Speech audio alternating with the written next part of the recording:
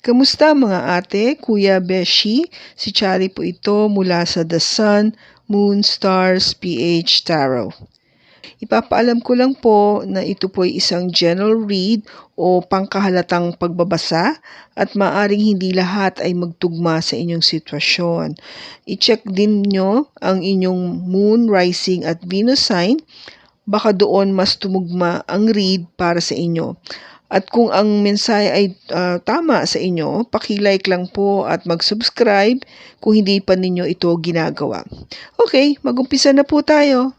Hello po mga ate, kuya, beshies. Kamusta na po kayo? Andito ulit ako si Chari para gumawa ng another reading, and this is for the sign of Pisces, Sun, Moon, Rising, and Venus. And of course, welcome po yung mga cross-watchers ni Pisces at ang mga bago po nating viewers. Tignan natin po ngayon kung anong mensahe o enerhiya ang ating mababasa para sa iyo, Pisces.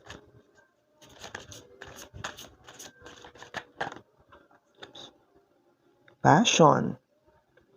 Allow your heart and joy to sing with joy.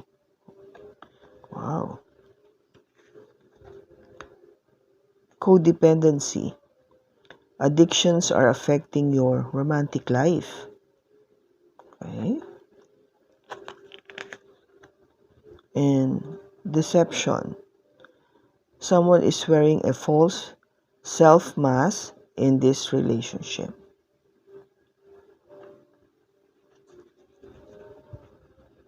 Bottom niya is romantic feelings.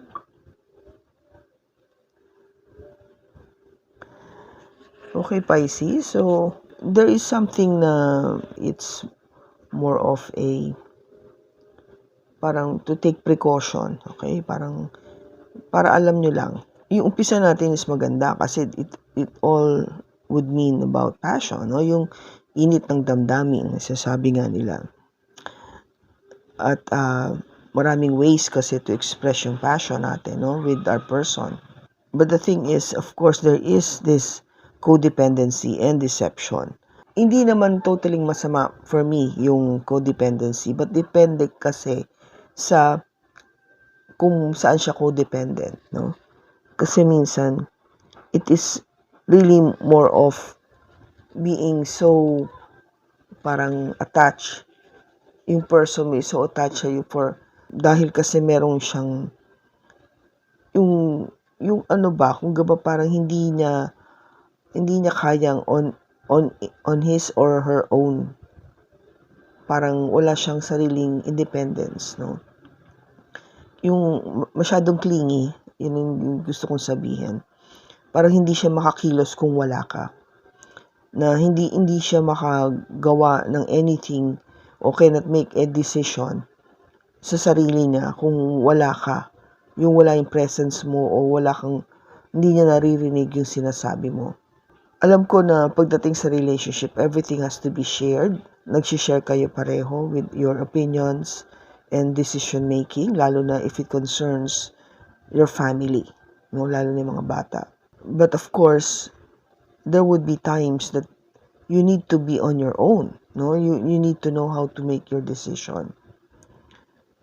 Kasi yung codependency is, in a way, parang sinasabi rin nila is, may addiction. You're addicted na andyan siya palagi.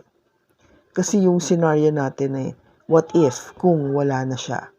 What if kung bigla siyang nawala? O bigla siyang, wag naman, no, God forbids, but eventually, this happens kasi we all pass away. Lahat tayo namamatay.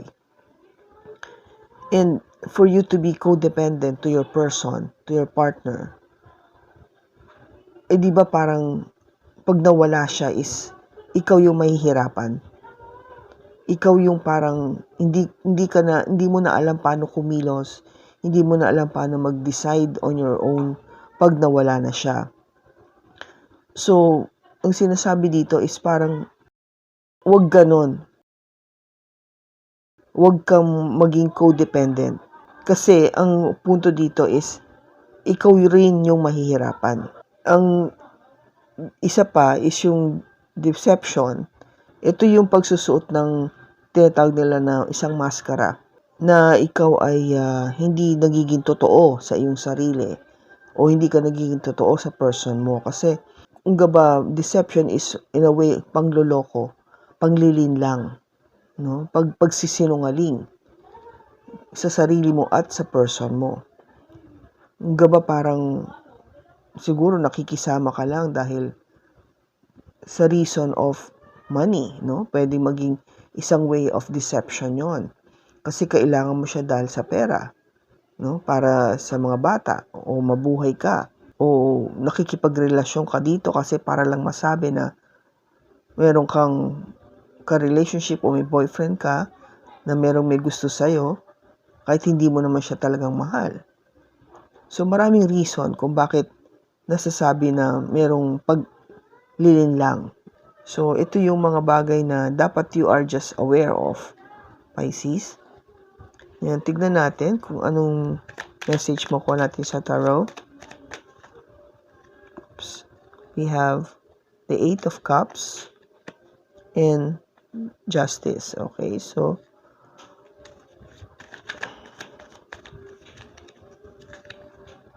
we have the Star, the 9 of Swords, and the 2 of Swords. Bottom is the Knight of Pentacles. Okay, Pisces, yung Knight of Pentacles, merong nangyayari ngayon na hindi ka masaya kasi medyo mabagal yung nangyayari sa inyo, okay? Kung ano man itong mabagal na iniintay mo na mangyari, nakakaapekto ito sa inyong kaligayahan, okay? With the 10 of Cups. Kasi itong Knight of Pentacles is, kaya ako sinasabing mabagal dahil yung enerhiya na binibigay nito o yung nagaganap ngayon sa inyo is causing so much delay o kaya mabagal yung kilos. Kaya ikaw ay naandito sa hermit mode, no? Which is, hermit is an energy coming from a Virgo. So you might be dealing with a Virgo. Or may Virgo siya sa kanyang chart. Ang nangyayari nga is dahil mabagal siya, kasi this is a Pentacles, yung kaligayahan nyo ang naaantala. Kaya ikaw ay nag-iisip ngayon ng malalim. Nag-iisip ka kung ano na, kung bakit nagkakaroon ng ganitong delay yung inyong, na dapat maging maligaya kayo, okay, sa relationship na to. Yung parang dapat magkaroon ng katuparan yung lahat ng mga gusto nyo mangyari o gusto mong mangyari. Ngayon, yung unang card mo dito is the Justice card. Now, maraming reason dito for a justice is, one is you could be married, kasi this would involve contract between two people, or this could be also in a relationship, or you want something na balance, no? Something that's been balanced pagdating sa inyong relationship. Kasi dahil dyan sa mga rason na yan, alam mo yung parang nag-iisip ka na hanapin yung iyong kaligayahan, no? You've been praying from the stars, from God, sa universe, na sana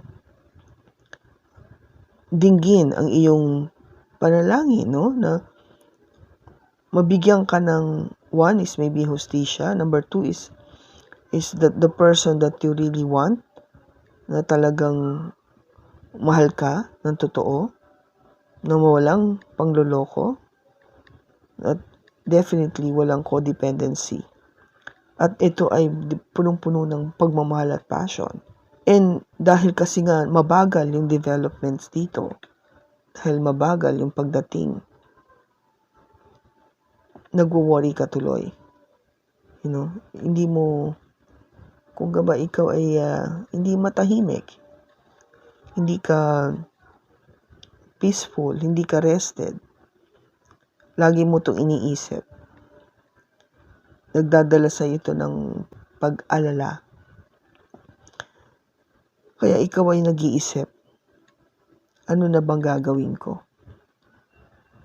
Ano na bang magiging next move? Ano na bang magiging tamang desisyon o dapat galaw para makamit ko yung gusto ko? Okay, so tignan natin. Ba't andito yung justice?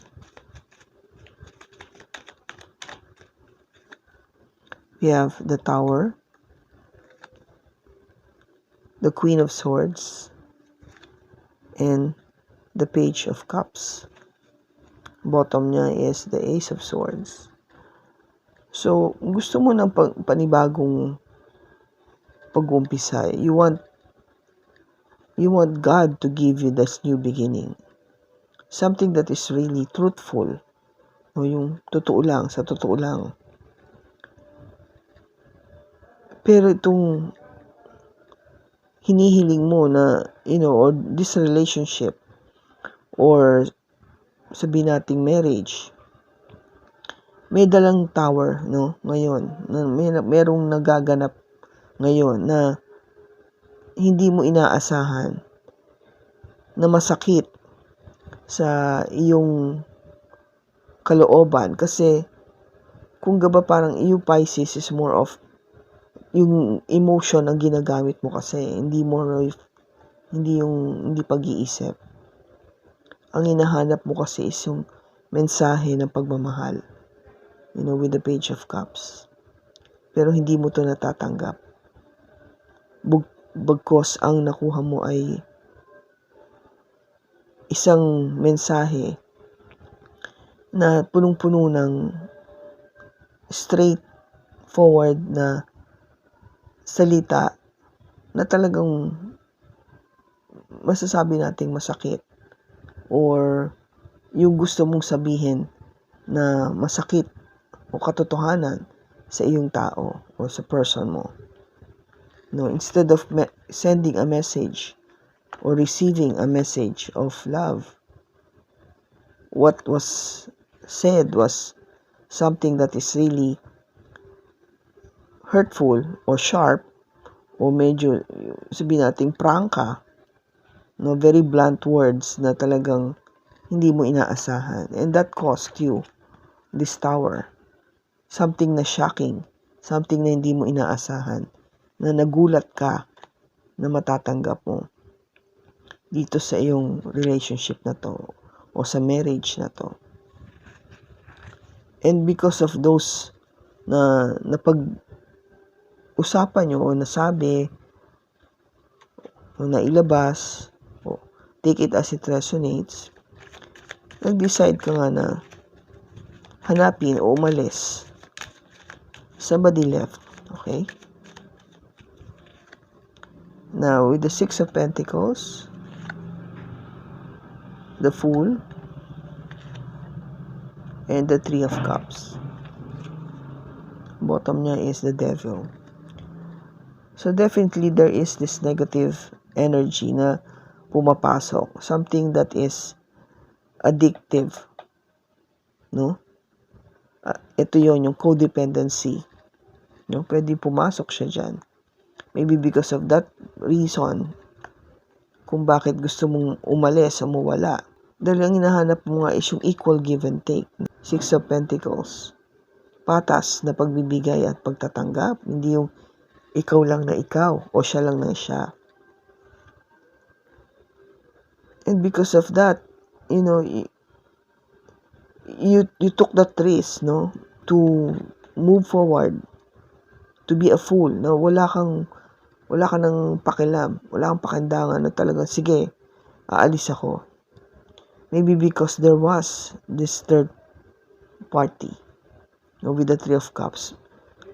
Merong another person in the mix kung bakit nagkakagulo o bakit merong parang kaguluhan o alinlangan. Okay?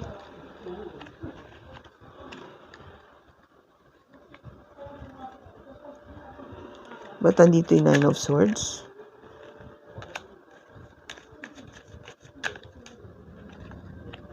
We have the Two of Cups, the Two of Wands, and the Knight of Wands. Bottom niya is the Eight of Swords. So, hindi ka, alam yung, hindi ka sure.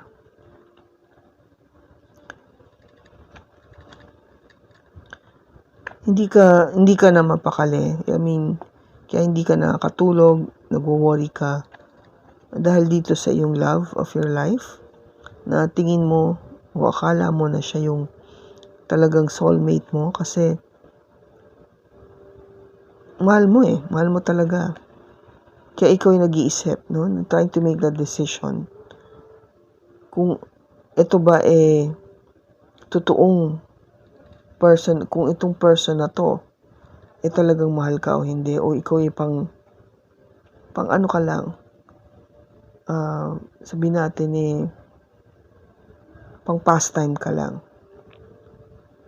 Kasi itong Knight of Wands is hindi siya yung tao na talagang maaasahan mo na palaging naandyan sa'yo o palaging consistent pagdating sa pagbibigay ng love and attention sa'yo. Oo, magaling siya in passion. Okay? Kaya masaya ka doon. Pero afterwards, pag natapos na siya, nakuha niya na yung gusto niya sa'yo, nawawala siya.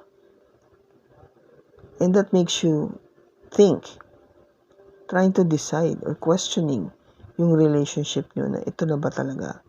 Kaya ka nagwa-worry.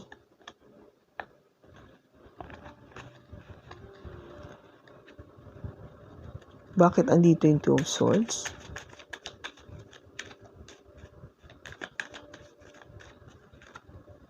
We have the Eight of Pentacles, the Three of Swords, and the Five of Cups. Bottom niya is the Six of Wands. Alam mo, gusto mo kasing maging maayos yung relationship nyo. You want your relationship to work.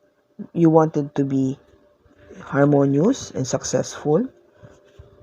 Pero dahil nga sa nangyayari, dahil may pangloloko, may codependency, ang pakiramdam mo parang sex or being intimate lang sa'yo ang gusto nitong taon to. Kaya, you're trying to make this rational decision, thinking very hard, no? Nag-iisip ka mabuti, Pisces. Ano bang gagawin ko? Pagtatrabahuan ko ba tong relationship na to para mag-work? Pero sa totoo lang, puro heartache ang binibigay nito sa akin. I feel so disappointed most of the time.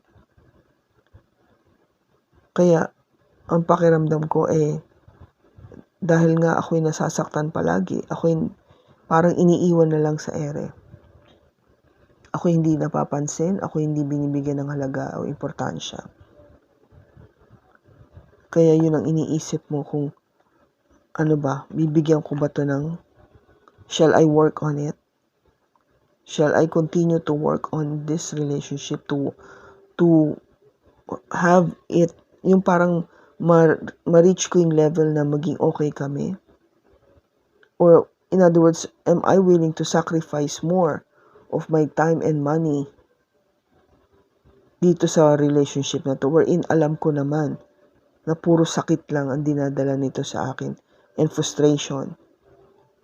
At ang pakiramdam ko na talagang hindi ako ganun kaimportante sa kanya.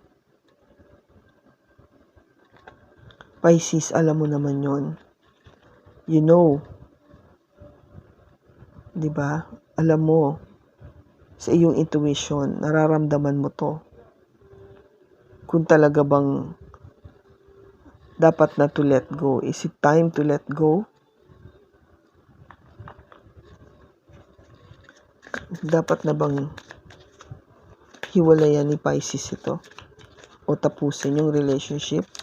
with this person?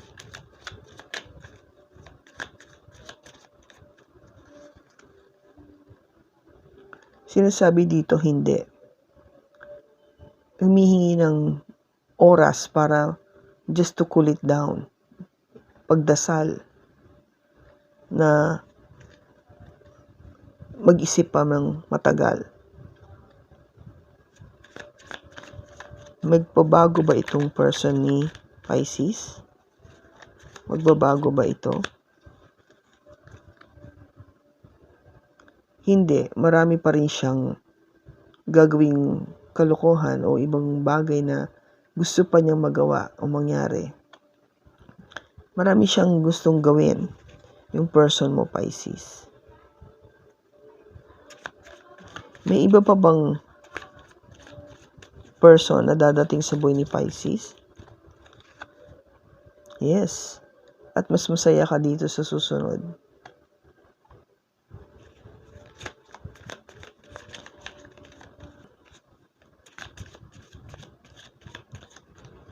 Makikipaghiwalay ba tong person? Makikipaghiwalay ba yung person ni Pisces sa kanya? Yes.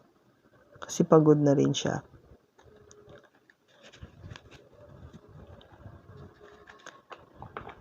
Ang parang sinasabi dito, Pisces, kung ikaw, you as a usual Pisces, magtitiis ka. You will try your best to make it work.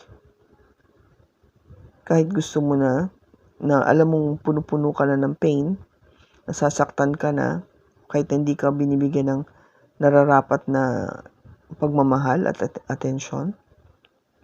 Alam mo kung ano yung ginagawa nitong person mo. May pangloloko na nangyayari. Alam mo kung ano na yung parang gusto sa'yo. O ba meron siyang tendency to be codependent sa'yo. Kung ano man yung bagay na nagiging codependent siya. Pero kung ba parang alam ko mahal mo to, but I also want you to think of loving yourself first. Mahalin mo muna yung sarili mo kasi alam mo yung parang pakiramdam ko kasi na you cannot let go of this person, not the fact na hindi mahal mo, but maybe there's also this fear na baka wala nang ibang dumating sa buhay mo. But you are wrong. Meron pang iba na dadating na mas mabuti. And I guess ang iniintay mo maybe is kung siya ang aalis, mas madali siguro sa'yo tanggapin yon kaysa ikaw ang aalis. Typical Pisces na talagang self-sacrificing. Okay? So, tingnan natin kung ano yung message pa ni Angel sa'yo.